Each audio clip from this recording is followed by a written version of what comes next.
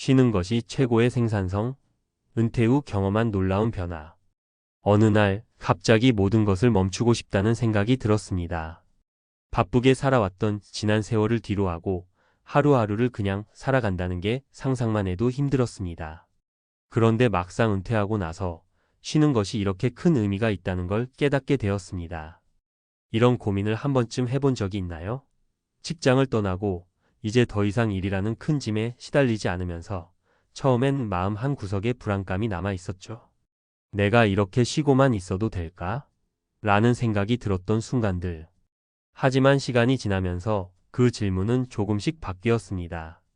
왜 나는 이렇게 쉴 수 있는 자유를 만끽하지 않았을까? 은퇴 후 일에서 벗어났다고 해서 생산성이 떨어진다고 생각했던 것은 제 큰 착각이었습니다. 오히려 쉬는 것이 나를 더 나은 방향으로 이끌어 주었고, 그 덕분에 삶의 질은 물론 더 깊은 내면의 평화까지 얻을 수 있었습니다.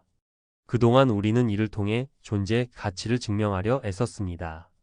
그러나 막상 은퇴하고 나서야 깨달은 건 그동안 쉬는 것에 대해 너무나 미숙하게 생각해 왔다는 점이었습니다. 그래서 오늘은 그 깨달음을 나누고 싶습니다. 은퇴 후의 삶에서 쉬는 것, 그리고 그로 인한 놀라운 변화들을 함께 이야기해 보려 합니다. 1. 쉼은 단순한 휴식이 아니다. 신체와 마음의 재정비. 많은 이들이 은퇴 후 처음으로 느끼는 감정은 어떻게 해야 할까? 입니다. 그동안 회사에서 벗어나 쉼을 누릴 수 있다는 생각에 설레기도 하지만 동시에 불안한 마음도 듭니다. 특히나 회사에 있을 때는 시간이 촉박하고 언제나 해야 할 일이 쌓여 있으니 그리운 일상에 대한 감정도 있지만 그 빈자리에 무엇을 채워야 할지 모르는 경우가 많습니다. 저도 처음엔 그런 마음이었어요. 하루하루 빈 시간이 늘어나면서 불안감이 조금씩 밀려왔죠. 하지만 그때 제 몸과 마음이 필요로 하는 건 바로 쉼이라는 걸 깨달았어요. 일을 멈추고 몇 달간 스스로의 몸과 마음을 돌보는 시간을 가지며 온전한 재정비의 중요성을 알게 되었습니다. 처음엔 그게 굳이 생산성에 도움이 될까 싶었죠. 그러나 막상 이 쉼이 제 삶을 변화시키는데 얼마나 중요한 역할을 했는지 알게 되었습니다. 예를 들어 제 친구 중 한 명은 은퇴 후 전혀 쉬지 않고 다양한 아르바이트와 소규모 사업을 시작했습니다. 처음엔 재미있었지만 점차 피로가 쌓여가고 육체적, 정신적으로 힘들어졌습니다. 결국 그는 몸과 마음이 지쳐서 더 이상 일을 할 수 없게 되었죠.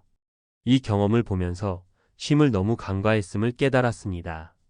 쉼 없이 일을 하면 결국 그만큼 에너지가 고갈되고 몸이 지쳐버리기 마련이라는 사실을 뼈저리게 느꼈습니다.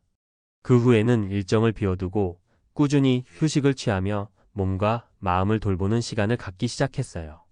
처음엔 뭔가 허전하기도 했지만 점차 더 많은 에너지를 얻게 되었고 이전보다 더 생산적인 생각과 활동이 가능해졌습니다. 2.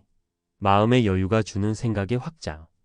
두 번째로 중요한 점은 쉬는 것이 나의 마음을 여유롭게 만든다는 점입니다. 직장에 있을 땐 늘 시간에 쫓기고 바쁜 일정을 소화하느라 마음의 여유가 없었죠. 그래서 때로는 중요한 일도 놓치고 나 자신을 돌보는 것조차 소홀히 했습니다. 그러나 은퇴 후 마음의 여유를 갖게 되면서 제 삶의 시각이 달라졌습니다. 그 여유는 단순히 느긋하게 시간을 보내는 것이 아니었습니다. 마음의 여유가 생기면서 저는 더 깊이 생각하게 되었고 새로운 아이디어와 기회를 마주할 수 있었습니다. 제일 큰 변화는 제가 그동안 놓쳤던 사람들과의 관계가 회복되었다는 점입니다. 예를 들어 예전엔 바쁘다는 이유로 가족과 충분한 시간을 보내지 못했는데 은퇴 후 여유를 가지면서 가족과의 소중한 시간을 되찾을 수 있었습니다. 이 경험은 그동안 정신없이 살아왔던 나의 삶에 어떤 변화가 필요했는지 깨닫게 해주었죠. 또 주변 사람들에게 나누는 따뜻한 마음이 제 삶을 더 풍요롭게 만들었습니다. 이처럼 쉬는 것은 단순히 시간이 지나가는 것처럼 느껴지지만 실제로는 새로운 생각과 관점을 얻는 데 중요한 역할을 합니다. 여유가 주는 변화는 상상 이상으로 크죠. 그 여유를 통해 삶의 질이 확연히 달라질 수 있습니다. 3.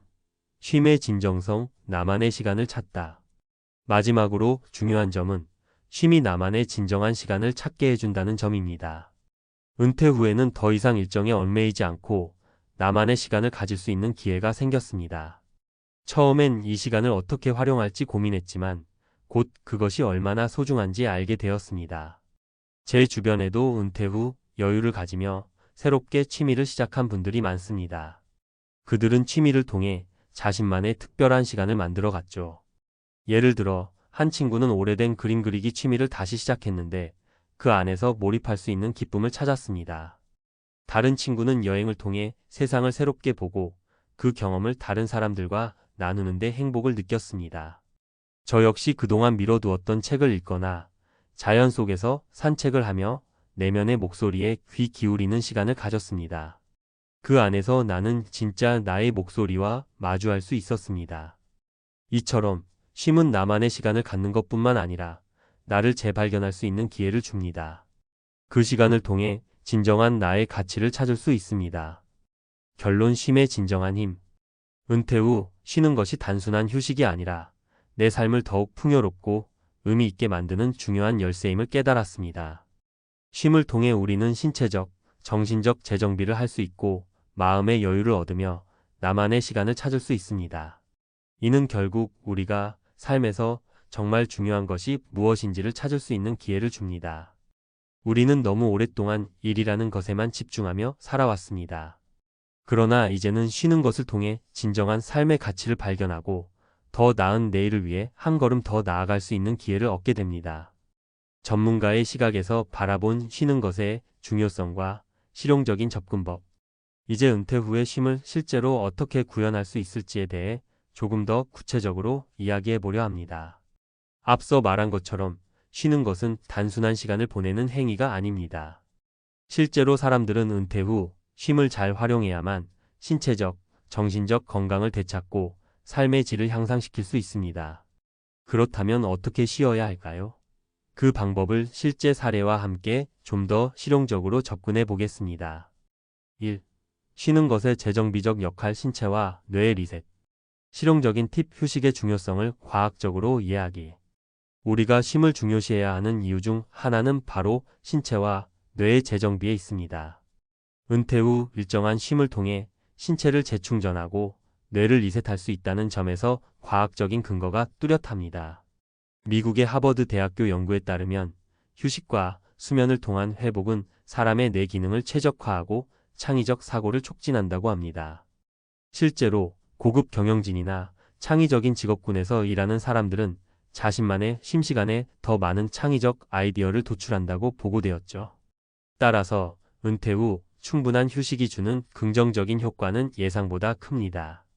예를 들어 하루 7시간 이상 수면을 취하는 것이 중요한 이유는 그동안 쌓였던 피로를 풀어주고 뇌가 정보를 처리하며 필요한 휴식을 취할 수 있기 때문입니다. 또한 하루 중 일정 시간 동안 의식적으로 휴식을 취하는 것도 효과적입니다.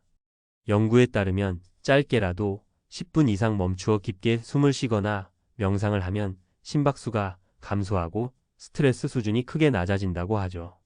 실제로 이 방법은 은퇴 후 몸과 마음을 리셋하는 데 큰 도움이 될 수 있습니다. 2. 몸의 리듬을 따라가는 생활. 실용적인 팁 쉬는 법의 구체적인 실천. 그렇다면 실제로 은퇴 후 쉬는 것을 어떻게 실천할 수 있을까요? 첫째, 가장 중요한 것은 자기 리듬을 찾는 것입니다. 직장에서의 바쁜 일상에서 벗어나면 평소에 잘 챙기지 못했던 자신만의 리듬을 다시 찾을 수 있습니다. 예를 들어 하루를 어떻게 시작할지, 언제 활동할지에 대한 패턴을 만들어 보세요. 나이가 들수록 일상적인 활동들이 반복적으로 나의 에너지를 관리해주는 중요한 요소가 됩니다. 이때 하루를 시작하는 방법이 중요합니다. 잠에서 깨면 10분간 스트레칭을 하고 맑은 공기를 마시며 가벼운 산책을 하는 습관을 기르는 것이 좋습니다. 이를 통해 하루가 피곤하지 않게 시작되고 신체가 자연스럽게 활력을 얻을 수 있습니다. 그리고 일주일에 최소 2번 이상 자연 속에서 산책을 해보세요. 연구에 따르면 자연 속에서 시간을 보내는 것이 스트레스 수치를 20% 이상 낮추고 면역력도 높여준다고 합니다. 은퇴 후 체력을 유지하려면 강도가 낮은 운동부터 시작해서 꾸준히 활동량을 늘려가는 것이 중요합니다. 3. 정신적 재정비 취미와 새로운 활동. 실용적인 팁 자기만의 시간 활용법. 휴식이 신체적, 정신적 회복에 중요한 역할을 한다는 것을 인식했다면 그 다음은 자신의 취미나 관심사를 활용하여 창의적이고 만족스러운 삶을 창출하는 것입니다.